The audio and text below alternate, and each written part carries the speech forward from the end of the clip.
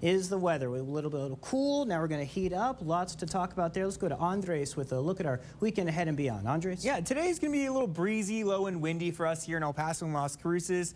And if you've been watching the 6 o'clock newscast or even this newscast, you know I've been trying to share as many of these viewer photos as possible. We have been flooded with them in our email. Of course, if you have any weather photos, click on the share tab at kvia.com. This one was sent in by Angela Boyd out in Galatios. Yesterday's sunset.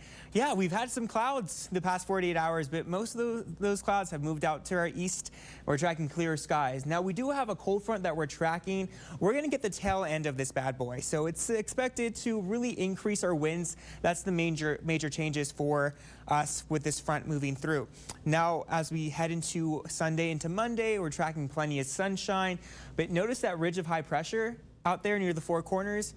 All summer long, we had a ridge of high pressure sitting over the Four Corners, which meant our temperatures will increase. Now, for us moving forward into the rest of the week, that ridge of high pressure is going to sit there for quite a bit, and that means our temperatures are expected to increase. We might see some clouds, but not a whole lot of moisture for us. So I'm giving you the green light to wash the car the next 3 days. We are expected to stay dry all the way through, really until next Sunday, possibly. And temperatures will be on the increase, but with that front pushing through, it's also going to increase our winds. You can see much of the state of New Mexico being impacted. Wind advisories in place for everything you see in teal. Fire, weather warnings, any areas you see in magenta and purple.